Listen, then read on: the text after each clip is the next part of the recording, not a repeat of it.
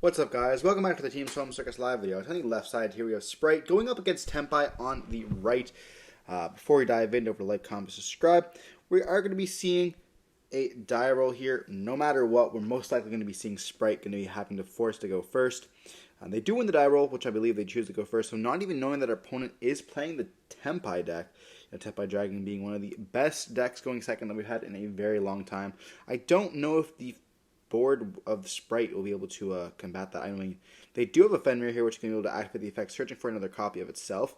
We don't see a draw in resolution. We do have a red, which can then be able to special summon with a copy of the blue, letting us search for a copy of the Jet. Jet can then even search for a trap if we want to.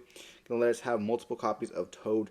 So we search for the copy of Double Cross here, which will be able to steal the opponent's monster. That can be quite good against Chandra or a Pydra in this case. We're going to go up into a copy of Sprin. Sprin's going to be able to dump a copy of Angler, but do we have an interaction with this? We do not. So Angler will activate the effect, be able to send out double copies of Beaver here, and we still have the red on the field to be able to negate one of those hand traps if we do see it.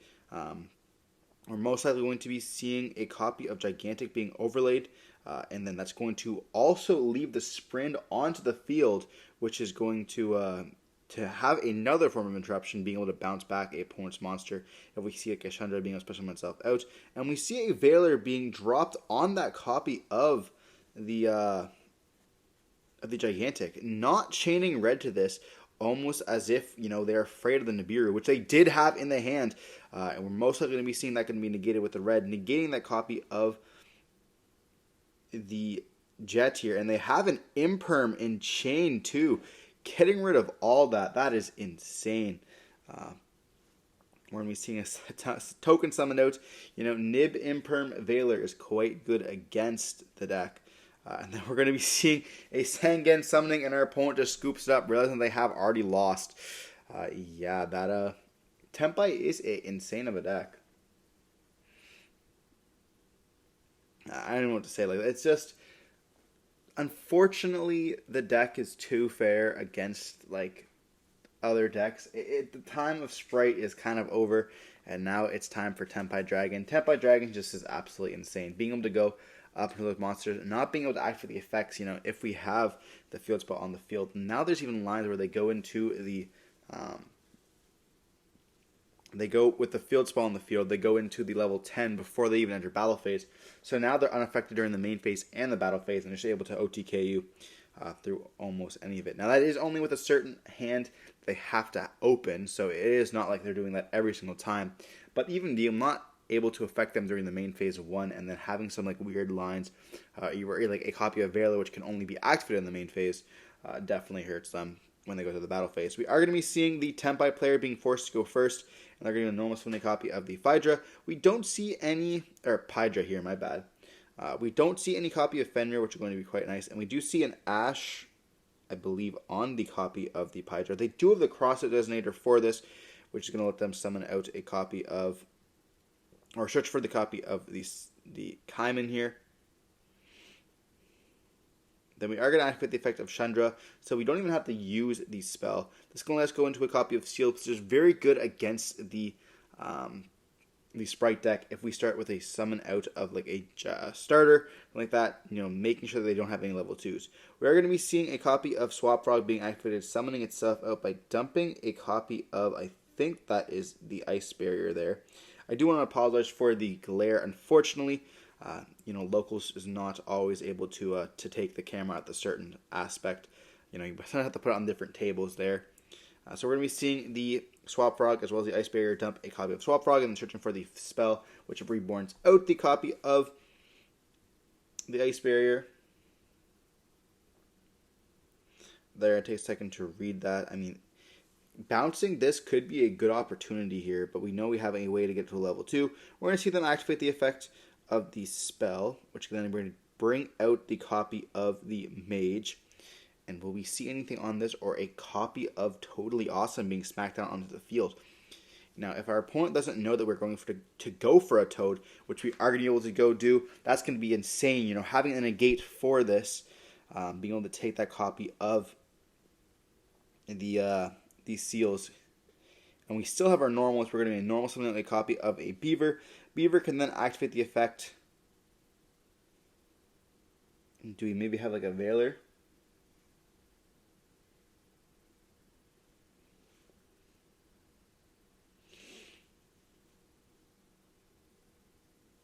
Or an Imperm? I mean, no, it looks like it's going to resolve, so we're going to be able to go for a copy of a Sprint or a Gigantic here. Summoning out that copy of Angler.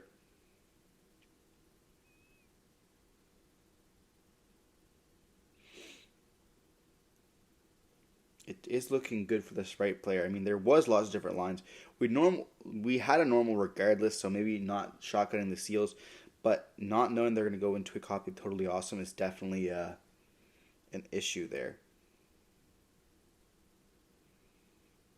The problem with the deck is that no matter what they do here, they have to go for a way of game, or else if not, they're just going to lose. You know, we have the Chandra in the graveyard, we have the Pydro, we have the summoning.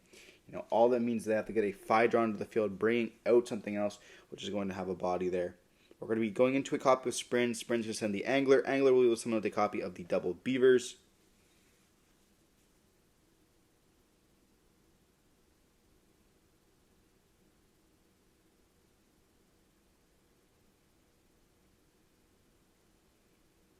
And they're going to read the effect of Sprint. Sprint's effective bounce is quite nice as well.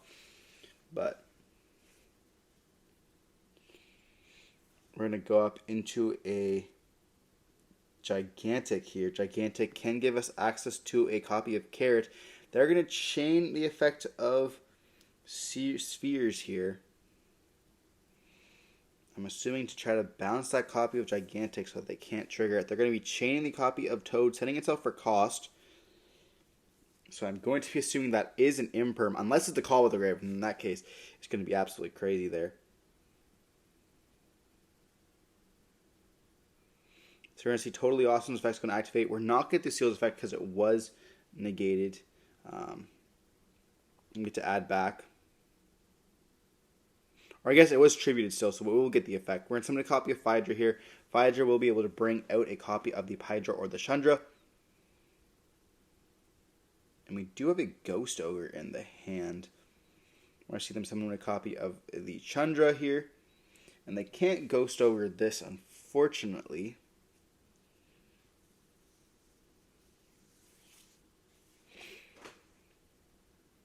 They're going to be seeing a drop. Oh, they do Ghost Ogre this. They're going to chain droplets to stop the copy of the Gigantic here. Chandra's going to be summoning itself out. We're going to summon out a copy of Blue from the hand. Blue's going to search for the copy of the Jet. Jet's going to be able to activate, letting us search for a copy of Gamma Burst here.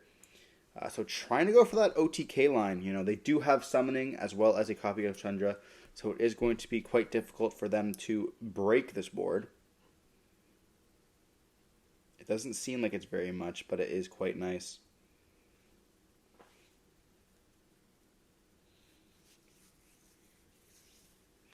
It's interesting that we didn't see a Sprint bounce, putting the Chandra back into the hand there.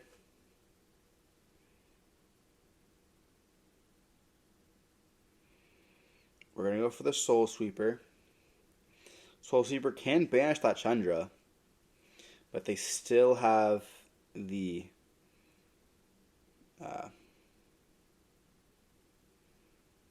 summoning in the hand. I mean, we haven't removed something so that when they do attempt to attack, they're going to attack here. They're going to go summoning. We don't have an Ash for this. They're going to chain Gamma Burst.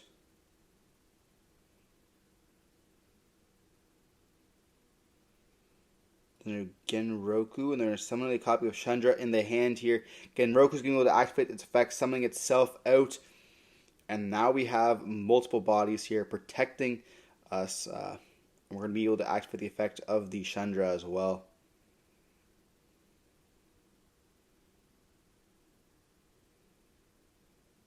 Reading the Genroku to make sure that we're not misplaying a bit is important as well. But yeah, we're kind of forcing us to go into SP after this, to be honest. I mean, maybe it's worth not even attacking to get that Chandra effect.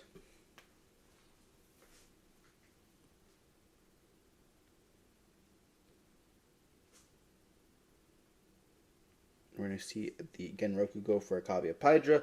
Pydra can then let us get that copy of the summoning to our hand. So now, no matter what, we're going to be able to continue. We do activate the effect to Synchro Summon, and we're going to go into a copy of the Bident Dragon here.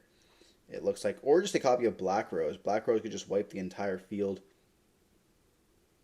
And we're going to activate the effect, and there's nothing we can do about this, unfortunately. So we're going to get rid of the entire field, and they're just going to pass turn on that. And they have the summoning in the hand, which is going to just be an OTK, depending on what their top deck is as well. Oh, I'm pretty sure, unless they're only playing one Phaedra, they're going to go for Chandra here. Chandra is going to be able to activate, searching for the copy of Pydra. Pydra can then go for a copy of the spell once again, not even choosing to go for the field spell. I mean, they know their opponent just has a beaver in the hand. We're going to go for Bident Dragon. Biden's going to bring back out the copy of Phaedra. They're going to then be able to bring out a copy of the Pedra here. That's just going to be game. We see the Spright players scoop it up, unfortunately, making a board, especially even going second there, making a board, but unfortunately, they're just going to have too much, especially with that new Genroku in the deck there. Being a popular to summon itself out is quite good. We see that the deck is better than it ever could be. It's already a problem, and now they just gave it more support cards. Regardless, if you want to see more videos like this, let me know in the comment section down below. There'll be more Spright profiles or more Spright duels as well as more Tenpai duels coming up very soon. Regardless, hope you watch the video. Don't forget to like, comment, subscribe. Stay safe. Peace.